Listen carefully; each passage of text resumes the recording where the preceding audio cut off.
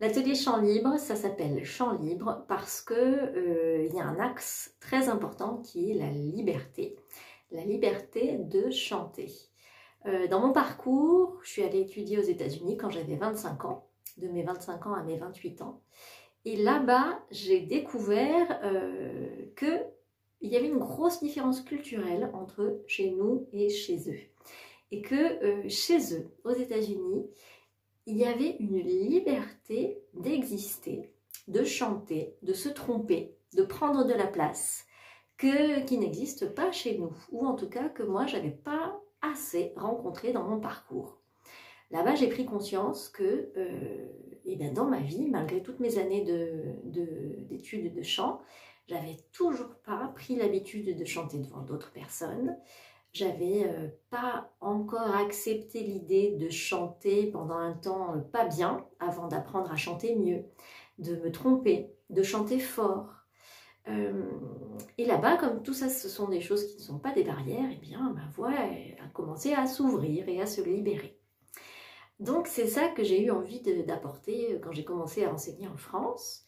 Et c'est un axe très important de ma pédagogie. Donc quand je rencontre quelqu'un qui a envie d'apprendre à chanter, eh bien, d'une part, je lui apprends la technique vocale de base, comment ça fonctionne, la tuyauterie, le souffle, le larynx, les consonnes, les voyelles, la projection, voilà, tout le bazar qui est le même en France ou aux États-Unis, on est d'accord. Mais je mets aussi beaucoup d'attention sur est-ce que cette personne est prête à laisser sortir sa voix? Est-ce qu'elle est prête à chanter fort? Est-ce qu'elle est prête à chanter libre? Alors, un atelier typique, il se déroule en plusieurs temps. Ça change après d'une fois sur l'autre, mais je peux vous donner le squelette de base. On commence avec une chauffe corporelle. Souvent, on danse. D'ailleurs, je ne devrais pas le dire, ça va vous faire peur, mais souvent je mets de la musique et tout le monde bouge, ce qui nous permet de bouger un petit peu les articulations, faire tourner le souffle, le sang, voilà, se réveiller un petit peu.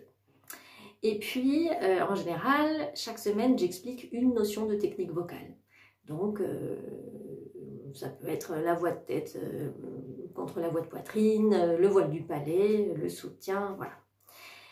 Et puis, il y a un temps de chauffe vocale qui est en même temps une espèce d'improvisation où je propose aux participants d'aller sentir la chose que je viens juste d'expliquer. Donc, ce n'est pas des improvisations complètement libres tout le temps, parfois c'est ça, ou parfois je guide, je dis comment, dans quel sens on va improviser et je guide les personnes pour savoir ce qui serait intéressant d'aller sentir. Donc il y a ce temps expérimental. Et puis, en fonction du thème du jour ou de ce qui se passe ce jour-là, la suite est vraiment variée. Je fais beaucoup de jeux de groupe, des jeux vocaux, des jeux à deux. Il y a un moment souvent où on fait des chants de groupe aussi. J'apprends des petites chansons polyphoniques, mais très très simples et toujours dans le but d'expérimenter un peu de quoi on parle ce jour-là. Et puis la dernière partie du cours est réservée au coaching personnalisé, on va dire. C'est-à-dire que les participants préparent, quand ils en ont envie, c'est pas toutes les semaines, une chanson qu'ils ont choisie, qu'ils ont envie de travailler. Et là, donc ils chantent cette chanson-là et moi je les aide sur ce que je vois, ce qui pourrait les aider. Donc soit c'est quelque chose de technique, soit c'est sur l'interprétation, ou bien voilà, ça dépend. Et pour ceux qui auraient peur de ce moment-là dont je viens de parler, de l'histoire de chanter devant tout le monde, eh bien ça fait vraiment partie du travail que j'accompagne. Et si ça vous fait peur là d'entendre ça, sachez que vous n'êtes pas du tout les seuls et qu'il y a plein de gens qui sont arrivés à l'atelier en n'ayant jamais chanté de toute leur vie devant d'autres personnes. Juste l'an dernier, là au mois de janvier, il y a une dame qui est arrivée au cours et quand elle a vu ce qui se passait, elle m'a dit à la fin du cours qu'en fait c'était pas du tout pour elle. Je lui ai proposé de revenir la semaine suivante juste au cas où pour voir si c'était vrai que c'était pas pour elle. Et en fin de compte, elle est restée et 2 ou 3 semaines plus tard, elle chantait devant tout le groupe et elle est très très contente d'avoir franchi ce cap. Eh bien, c'est ouvert à tout le monde.